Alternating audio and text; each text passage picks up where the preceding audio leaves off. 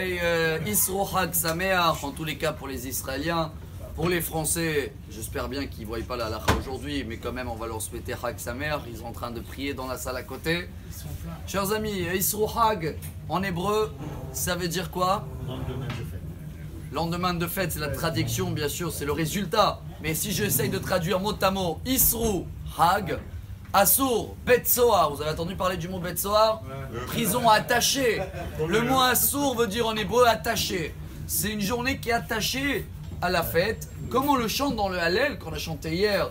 Isro Hag Ba'avotim Ad Karnot HaMizbeach. Donc c'est attaché, il y a encore une odeur aujourd'hui de la fête, parce qu'on n'aime pas et on ne peut pas atterrir d'un coup du Kodesh au Chol. On ne peut pas. C'est trop, d'un coup, trop dur de descendre. Et je pense qu'après cette veillée extraordinaire que chacun de nous a passée, et je vous remercie à tous d'être là et partout, c'était Baruch Hashem est rempli. Et je crois que cette lumière de la Torah, elle ne va pas seulement rester attachée aujourd'hui. Donc on ne fait pas Tahanoun, on est bien habillé. Il y en a qui disent que c'est une mitzvah quand même de faire une bonne Seuda avec de la viande si on peut, avec du vin pourquoi pas, avec motzi, sacha. Alors ça c'est aujourd'hui. Mais Matan Torah c'est tellement puissant que comme un couple qui se marie, ils ont 7 jours après Sheva Brachot, et ben nous on a 7 jours jusqu'à le 12 Sivan où il n'y a pas de Tahanoun. Pour quelle raison?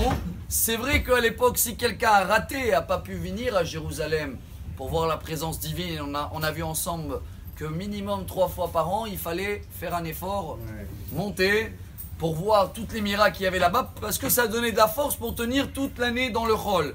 Mais ceux-là qui ne pouvaient pas, il était malade, il a reçu des invités, il était en panne de voiture, de chameau de l'époque. Qu'est-ce qu'il faisait? Eh bien, il a 7 jours, aujourd'hui, demain, après-demain, il pouvait monter à Jérusalem, amener le sacrifice et garder quand même l'odeur de cette Kedusha. Alors, s'il y en a qui ont un programme d'y aller à Jérusalem, très bien. Sinon, partout on se renforce un peu dans la Torah pendant cette semaine-là. On profite, entre guillemets, que la prière est plus courte et on ne demande pas pardon, il n'y a pas des supplications, pour ne pas rajouter des péchés, justement, rajouter un peu plus de la lumière de la Torah. Car, elle dit la Gemara, Hamaor Sheba Marziro le Mutav. La lumière de la Torah, ça nous met tout seul dans le bon chemin.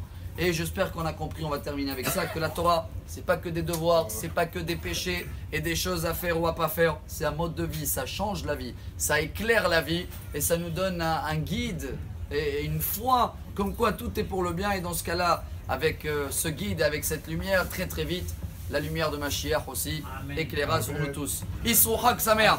Amar Rabbi Elazar, Amar Rabbi Hanina.